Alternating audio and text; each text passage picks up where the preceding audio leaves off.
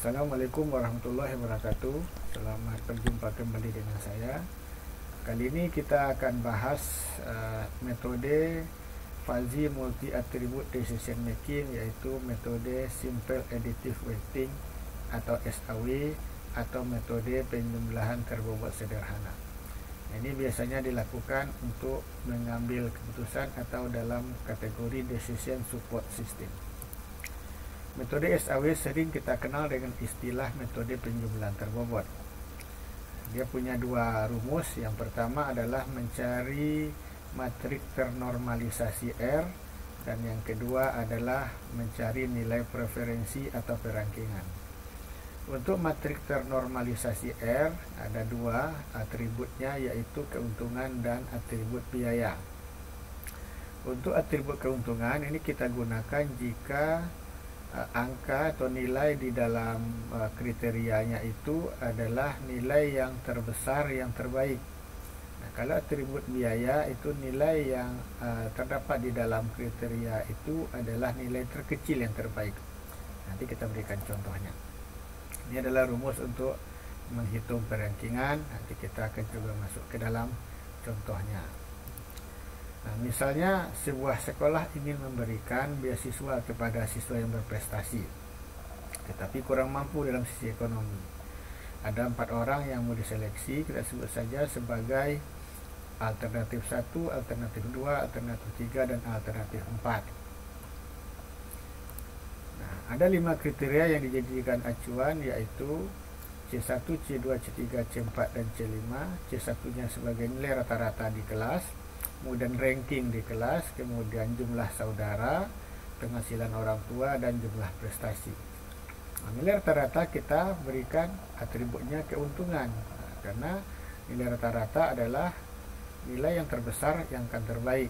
Nah, kemudian ranking kelas ini atributnya biaya, karena untuk posisi ranking nilai terkecil yang terbaik, seperti ranking 1 lebih baik dari ranking 2, ranking 2 lebih baik dari ranking 3. Kemudian jumlah saudara, dalam hal pemberian beasiswa kita berikan atributnya keuntungan. Nah, karena jumlah saudara yang banyak ini yang lebih layak mendapatkan beasiswa. Penghasilan orang tua, nah penghasilan orang tua ini atributnya biaya, karena penghasilan orang tua yang kecil yang berhak atau yang terbaik, yang dapat prioritas untuk mendapatkan beasiswa. Jumlah prestasi, ini banyak tidaknya prestasi ini juga akan mendukung untuk pemberian keputusan beasiswa. Kita sebut sebagai keuntungan. Nah, untuk angka-angkanya kita berikan rank dari 1 sampai 5. 1 yaitu sangat buruk, 2 buruk, dan 5 sangat baik. Nah, ini contohnya. Data-data kita dapatkan ada A1, A2, A3, dan A4. Ada Esmeralda, Rosalinda, Ferguso, dan Betty Lafayette. Ini kriteria pertama, kriteria kedua, ketiga, keempat, dan kelima. Sini saya kasih kode U ini berarti keuntungan, B ini biaya. Ini bebas ya. Ini sesuaikan dengan kasusnya. Nah, ini angka-angka yang ada pada rank untuk masing-masing data. Nah, dari data-data ini kita coba membuat matriknya ya. Kita keluarkan dan kita jadikan matrik. Nah, kita sebut saja sebagai matrik XIJ. Nah, matrik XIJ ini nanti akan kita hitung untuk mendapatkan matrik ternormalisasi sesuai dengan rumus tadi. Nah, kita mulai dari yang pertama. Untuk mendapatkan nilai matrik ternormalisasi R11 atau R11 ini berarti baris ke-1 kolom ke-1 ya. Kemudian R21 berarti baris kedua kolom ke-1, R31 baris ketiga kolom ke-1, R41 adalah baris ke-4 kolom ke-1. Kita lihat ke sini ya. Ini adalah baris 1 kolom 1, ini baris kedua kolom 1, baris 3 kolom 1, baris 4 kolom 1. Ini adalah kolom kedua, kolom ketiga, kolom keempat, kolom kelima. Nah, untuk nilai X-nya yang ada pada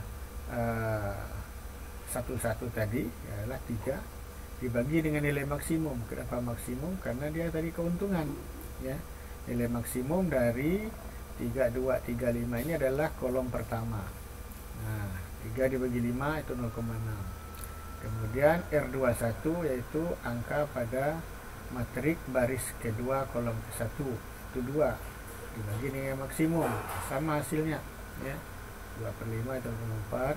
R31 juga demikian, R41 juga demikian. Nah, kita teruskan ke kolom kedua. Kolom kedua yaitu baris ke-1 kolom kedua. Baris 2 kolom 2, baris 3 kolom 2, baris 4 kolom kedua. Karena dia atributnya biaya, maka rumusnya adalah dengan nilai minimum dibagi dengan nilai X-nya ya, hasilnya 2/4. Jika dengan minimum dibagi nilai X dan sama hasilnya, sehingga kita dapatkan nilainya seperti ini. Nah, kita lanjutkan ke dalam ketiga, 4 dan kelima, sehingga kita susun menjadi matrik RIJ seperti ini ya, ini dia RIJ-nya. Nah, kemudian dari matrik ini kita berikan nilai bobot.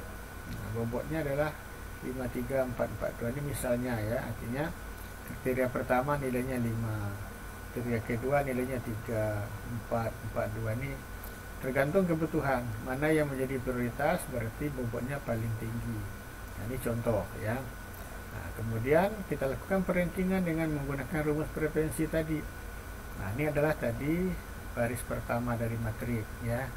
Ini adalah bobot preferensi, kita kalikan P1 5 nya dari sini kali 0,6 ditambah 3 ini kali 0,5 ditambah 4 ini ya kali 0,6 dan seterusnya, hasilnya adalah 14,9. Nah, kita teruskan menghitungnya sehingga hasilnya seperti ini.